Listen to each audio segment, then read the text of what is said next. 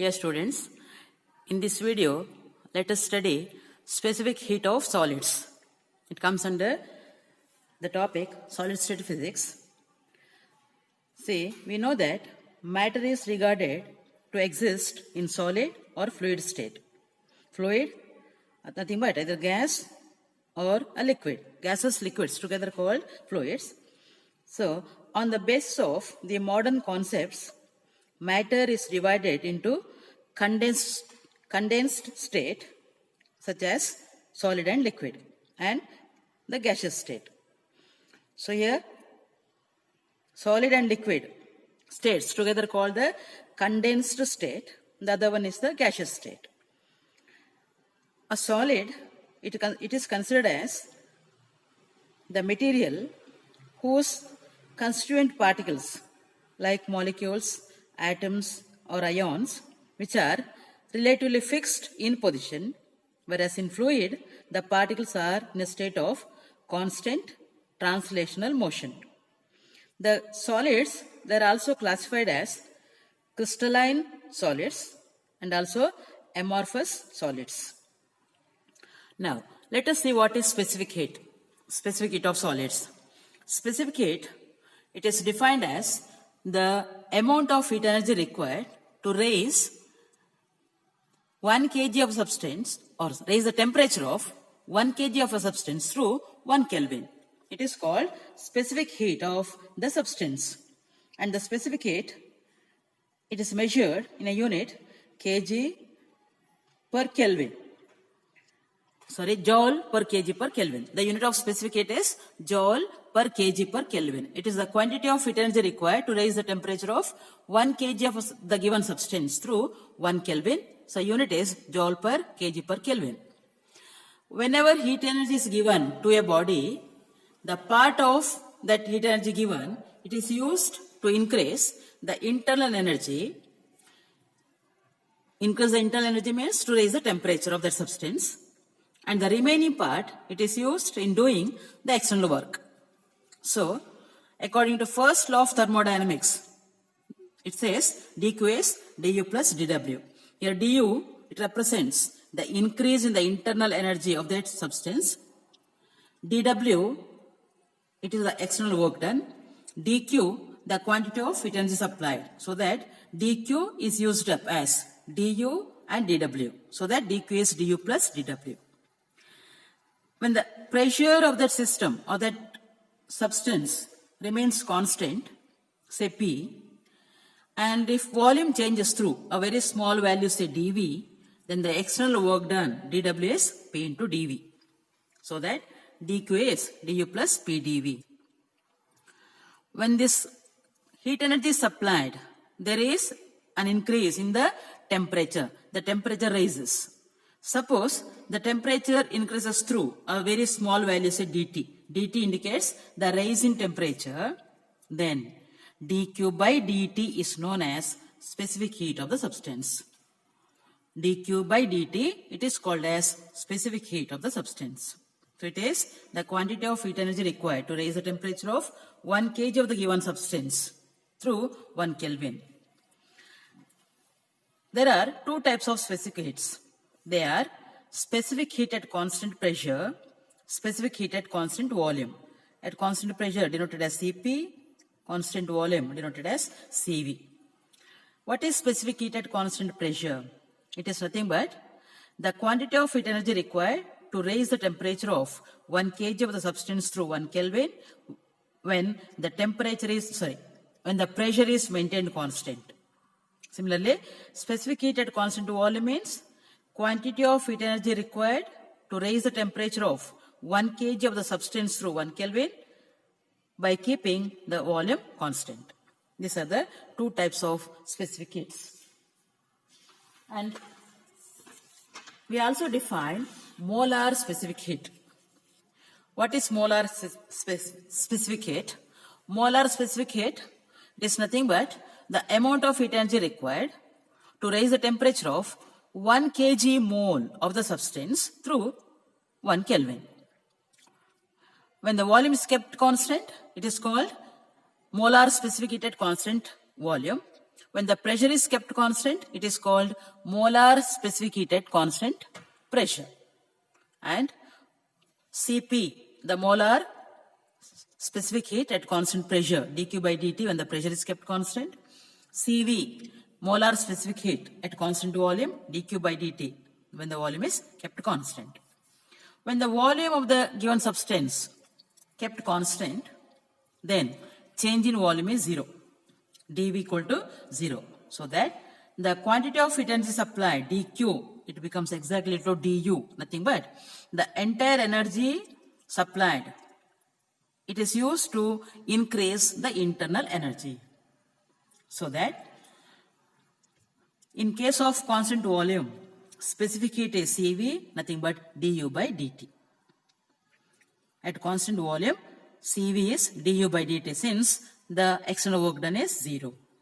This is about the specific heat.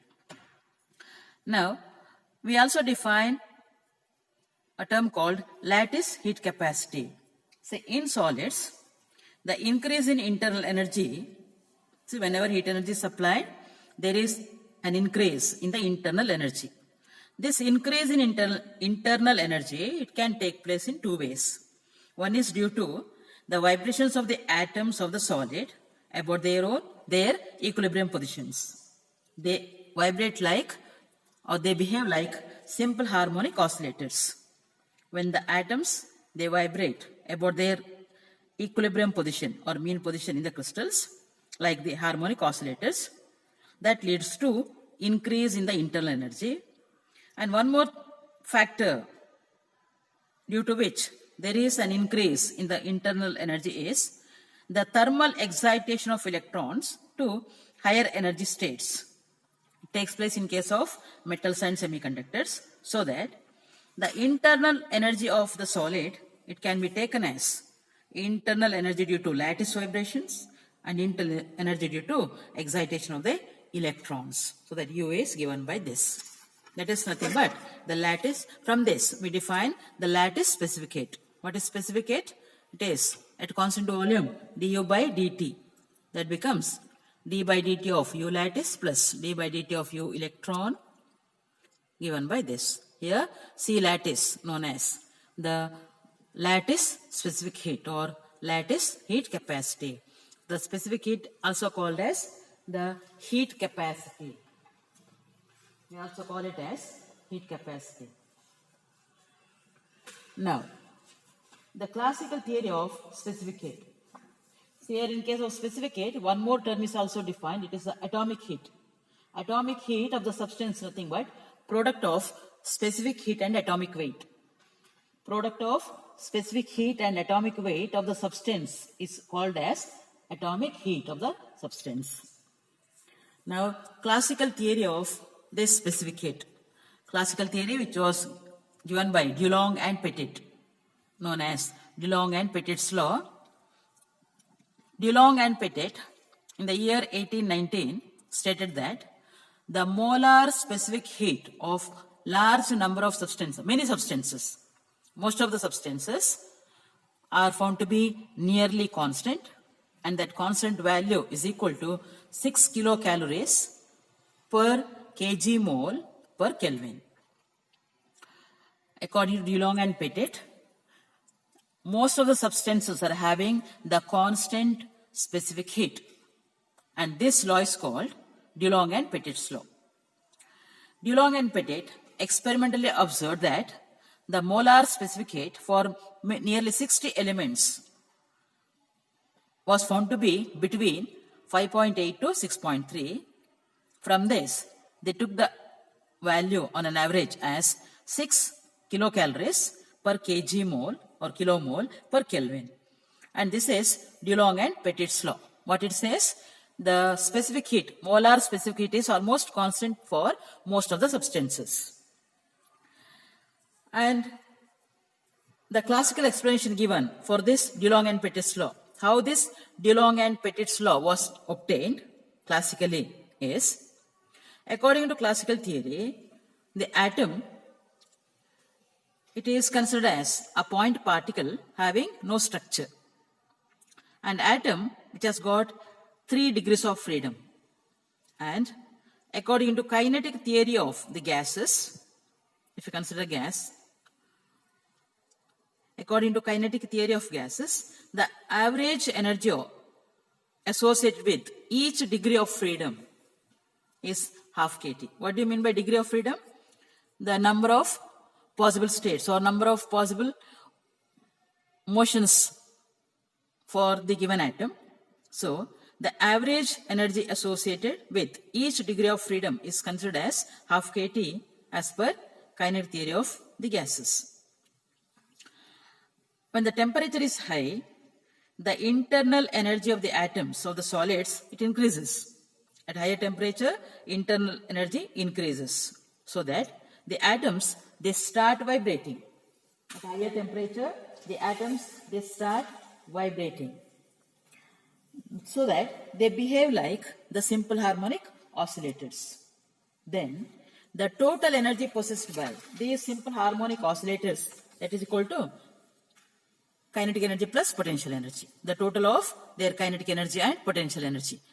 These vibrating atoms, nothing but the harmonic oscillators, they possess both, they have both kinetic energy and potential energy, so that total energy is kinetic energy plus potential energy. Now, the energy associated with each degree of freedom is half kT, so that here, if we consider both kinetic energy and potential energy, the degrees of freedom are 3 each for kinetic energy and potential energy, so that the total average energy per atom, total average energy possessed by an atom is 6 into half kT. Per degree of freedom, this is the energy. Here, 3 degrees of freedom due to kinetic energy, 3 degrees of freedom due to potential energy, so that total degrees of freedom become 6. So that the total average energy possessed by an atom is 3 kT. Suppose we have 1 kg mole of an element. 1 kg mole of an element, say. Let n be the number of atoms contained in that kg mole. What is n? Avogadro's number. 1 kg mole means number of atoms present there equal to n 6.023 into 10 to the power 26. Then the total energy of those n atoms equal to 3n kT. What is nk? Both n and k are constants. K, Boltzmann constant. N, it is Avogadro's number. The product nk is taken as R. What is R? It is a universal gas constant. It is called as universal gas constant. So that U is 3RT. The internal energy of this system of 1 kg mole having n number of atoms at a temperature T, the internal energy possessed by this system is 3RT. What is internal energy? Kinetic energy plus potential energy. Then, what is molar specific heat? Molar specific heat defined as CV is du by dt. CV is du by dt. That is d by dt of this. You get CV as 3R. R, universal gas constant, 8.31 kilojoule per kg mole per Kelvin. Or if you convert this joule into calorie, how to convert joule to calorie? By divide by 4.2. You get R as this, 1.978 kilocalories per kg mole per Kelvin. So that CV is 3 into R. You get it as 5.97 kilocalories per kg mole per Kelvin. This 5.97 approximated to 6. And this is how Dulong and Petit's law is obtained as per classical theory. This is the classical way of deducing Dulong and Petit's law. What Dulong and Petit's law says? Most of the subsolids, they possess the constant molar specific heat, that is CV equal to 6 kilocalories per kg mole per Kelvin, and this is how they arrived at their law by applying classical theory. This classical theory given by Dulong and Petit, classical theory of specific heat of solids, it was successful in explaining the specific heat of substances at higher temperatures. It was true at higher temperatures, but this law failed to explain the experimentally observed fact that at low temperatures, the molar specific heat decreases with decrease in temperature. Experimentally, it was found that at low temperatures, the molar specific heat of substances decreases with decrease in temperature.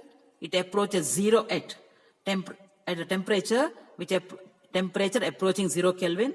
As temperature approaches 0 Kelvin, the specific heat also approaches 0. So, the classical theory, that is Dulong-Petit's law, failed to explain this observed fact. It was successful at higher temperatures, but at lower temperatures, this law failed. The variation of specific heat with temperature is as shown in this graph. This is a variation.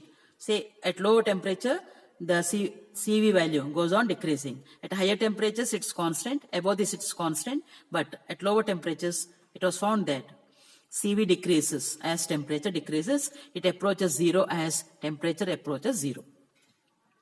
This is one of the failures or one of the limitations of this classical theory.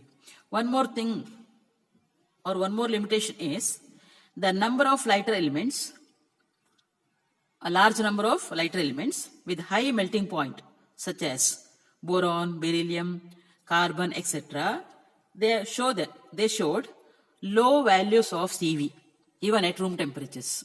The value of CV was found to be very low for these elements. It was not found to be constant.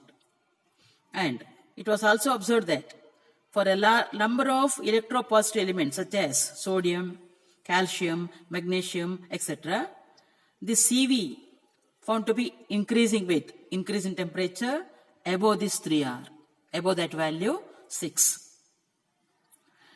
One more fact is, in magnetic solids, there is a large contribution to specific heat near the temperature at which the magnetic moment becomes ordered. And these are the limitations of classical theory, or these are the facts which were not explained by Dulong and Petit's law. Thus, the classical theory of specific heat is not in agreement with the experimental results. With this, I stop here.